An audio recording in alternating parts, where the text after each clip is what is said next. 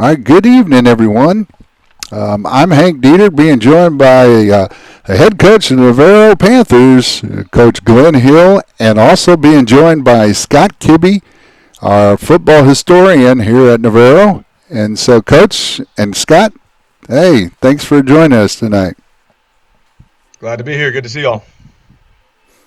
All right, well, Coach, we'll start off with the game of last week with Canyon Lake. We had a loss, 21-13. So we're going to ask you some of your thoughts on that game. As first, we'll talk about your offense. What were some of the things you saw, and give us your thoughts.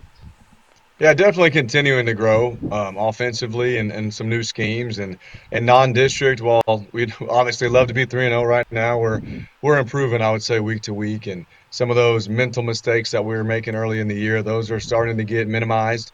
Now we're not quite to the point to where they're eliminated. I think that's when we can take the step from being pretty good to being really, really great. We're showing flashes on all sides of the ball, but talking about offense right now, we show some flashes to where when we're in a groove, we're pretty dang good. And then there's some times to where we have a misstep here and there. And big thing we talked about this week, and as we move forward, going into our next opponent and into district here in a couple of weeks, is those that bit of when we're in a groove needs to become who we are all the time.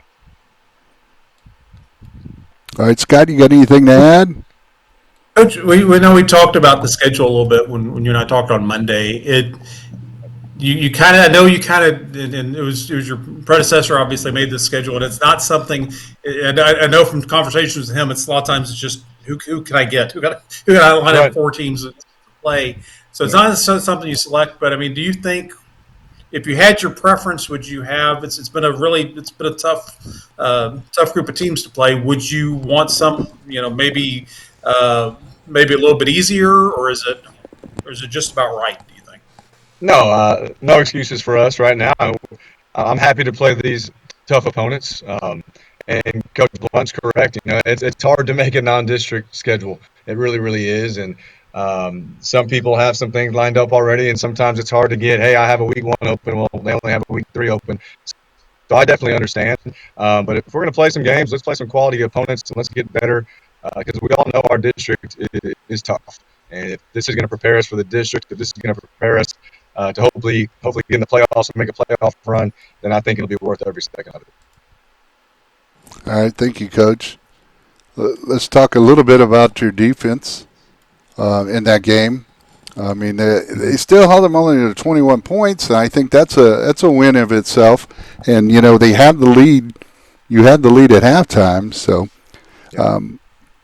and held them Yeah, only to a defense. touchdown in the first half. For sure, for sure. Defensively made some huge jumps last week against Canyon Lake. Antonian was really, really good offensively 2 weeks ago, and we struggled a little bit on defense getting lined up. And we talked on this show last week about, hey, how do we improve that? And communication, getting lined up, and that being most of the battle. And I think we did that for the most part. We had a couple of times to where we weren't in the absolute perfect position, but we're playing football. Things are happening fast, and they got a good team. They're going to make some good plays as well. I'd love to win every single game 80-0, but that's probably not going to happen this side of heaven. So we'll continue to improve, and we're getting our guys a lot better. Just hearing them in practice last week, I knew we're going to play much better on defense, and they did. And we're going to They continue did. to grow in that aspect. Thank you, Coach. And I think you had a lot of success forcing turnovers last week, and Mhm. is that something you guys really emphasize and say, this is something we need to be able to do? We do, yeah. Twice a week we start our defensive practice with the tackle circuit, and then the other 2 days we start it with a turnover circuit. So we're working on stripping the football out. We're working on gang tackling. We're working on high pointing the football and interception. We're working on one guy's got him pinned up and the other guy punches and rips the football out. So these are all things that we practice them and we expect it to show up on film. We're really big believers, and we're not just going to waste time in practice. If we do it Monday through Thursday, let's see it on film come Saturday morning when we're watching the game. And to their credit, that's showing up. Week 1 we had 5 takeaways. This past game we had 3 takeaways. Now, unfortunately, we gave the ball up 3 times as well. So we need to clean that up so that can become an advantage for us, because on defense we are doing a really nice job of taking the football away. All right, Coach, and touch a little bit on your special teams in that game and your thoughts on that. Continuing to improve like every other aspect. Hagen Crowell, his kickoffs got a ton better. We kicked it off a few times, and every time his hang time was about 3.5, and we're asking him to have a hang time about that range, and he's hanging it up there and allowing our coverage team to get down and landing the ball inside the 10-yard line a couple times, which is a real big improvement. I was happy to see him have that success kicking the football. After some struggles early on, he's not struggling anymore. I think he's got it figured out, and he's in a rhythm and playing really, really good. So I'm proud of Hagen for doing that and for sticking with it because he's a weapon for our team if he continues to play like this. Great. Scott, anything to add? No, I think I'm All good. right, we're good. Then we'll go on to talk about your next opponent, the Vernia Bears.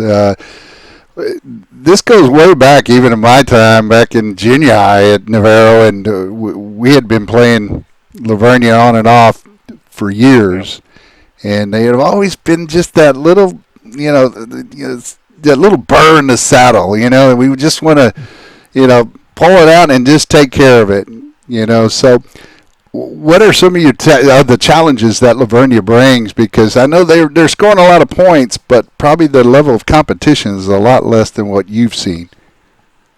Yeah, they are. They're lighting up the scoreboard, and they've played some teams that they've taken advantage of and pulled away. But they played the old Gobblers and played pretty dang good against them as well. That was a back and forth game.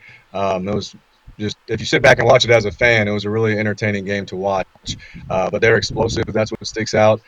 In that Cuero game, I believe it was three straight offensive snaps they scored touchdowns. And I'm talking from 60, 50, 40, back to back to back. They've got a really good running back. Their quarterback is a good dual threat. He can throw it. He can run the football really well to go along with that. And then some weapons on the outside. They're not. This is in the most complimentary way I can possibly say it. They're not trying to trick you. I don't think they're trying to be overly complicated. They're lining up. They're getting hats on guys, and they're trying to run the football. And then they're taking advantage of some one-on-one opportunities on the outside to throw it as well. Scott? Just talk about their backfield. You've talked about the talent they have at running back. That number one particularly looks very impressive. Unfortunately, you are correct, sir. Yeah, he's looking really good. He's having a great year. Some explosive runs. Hard to get down. He gets in some one-on-one situations to where a lot of the times, on the chalkboard, you're drawing up plays and hey, we got him stopped. But sometimes you don't account for he can make that first guy miss. So we really have to be gang tackling. We have to have everybody pursuing to the football. Hopefully, we're getting them down with the first guy. But if not, we need to have 10 guys rally into the football. And Coach, what I've seen just a little bit on film, some clips and all of Lavernia, but seen their defense, able to score points. I mean, they've had scoops and scores. They've caused a lot of turnovers. So their defense is, pretty stout. They are very opportunistic, and kind of like we tell our guys, be greedy. If the football's there, if ball's in the air, why can't that be ours? And I think they have some ball hawks in the secondary, and I think they've got some aggressive guys up front that when a fumble does happen, they're not just looking to play it safe and get on it. They're trying to score. So like we say every week, we need to take care of the football. We need to do the things that we do best, which is establish the run, try to win up front on the line of scrimmage, and then, be opportunistic in the passing game, hit some quick game. And if we get some one-on-one opportunities, we're going to try to do that as well. But we got to take care of the football. Yeah, Scott? We talk about about Lavernia's schedule. You had one game that was, we'd all love to see. Lavernia Cuero, I think, was one of the marquee matchups of that week. The other two, not very strong opponents, not very competitive. When you're going on film and you're studying them for this week, do you get anything? Can you really get anything out of those other two games? Because I assume they're not going to want to show a lot. They're not going to need to show a lot with those opponents. Their starters are going to be pulled earlier. Is it just a matter of just studying that, mainly studying that Cuero game? We studied them all. The Cuero game gave us a whole lot. And then the other teams they played, to be totally honest with you, I think they did some good stuff as well. Lavernia is a really good team, and they can get up on people and pull away and make it look bad. I don't think that's a knock on the teams they played. They did some stuff really well, particularly early in the game, offensively and defensively, to give themselves chances to play. in that game. So I think they're well coached teams. Those other two teams they played, and they gave themselves opportunities to be successful. But sometimes that's just the way it goes. Vernia got up on them, and they were able to pull away.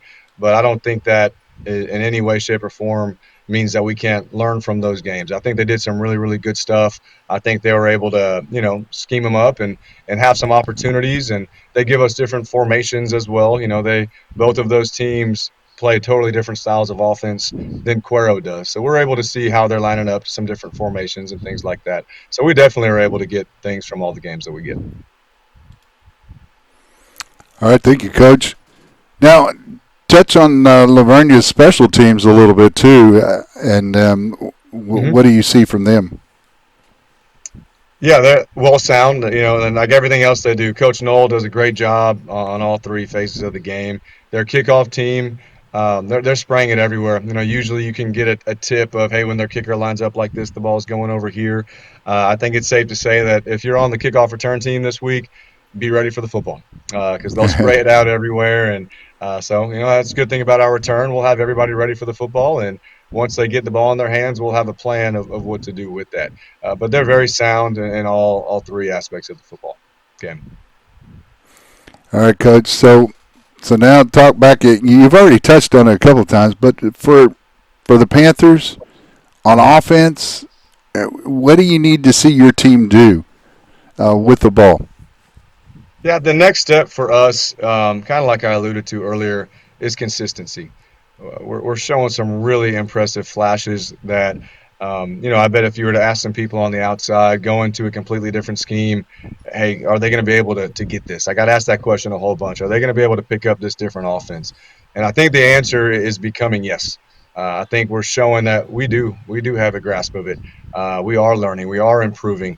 Do we still have steps to take to perfect it? Absolutely. But we're definitely taking steps every single day of practice, every single film session we have. We're getting better from it. And then I think that's showing on the field. We just got to string it together for 4 quarters. And there's a couple, you can pick 5 or 6 plays from every single game that we've played so far that, dang, that's an assignment blow that if we don't blow that one little thing, this play could go from 2 yards to 50 yards. And the kids being able to see that on film every single week and really starting to believe that, you know what, I think he's right. If we do these things correctly, there's some good rewards that will come from it. So we just got to keep on working every single day. We got to keep taking steps to get better with it. And the evidence is showing up. It's showing up in spurts. It's showing up in flashes and in halves. But we're ready to take the next step to make 4 quarters going here. All right, Scott. Is the confidence building then, or do you feel like they're getting to be, they've had the losses, but they've shown, as you said, have shown a lot of good in those losses. Do you think that's building their confidence? I do absolutely. I know it is. They're a really confident football team right now, and there's tangible evidence of when we're doing things right.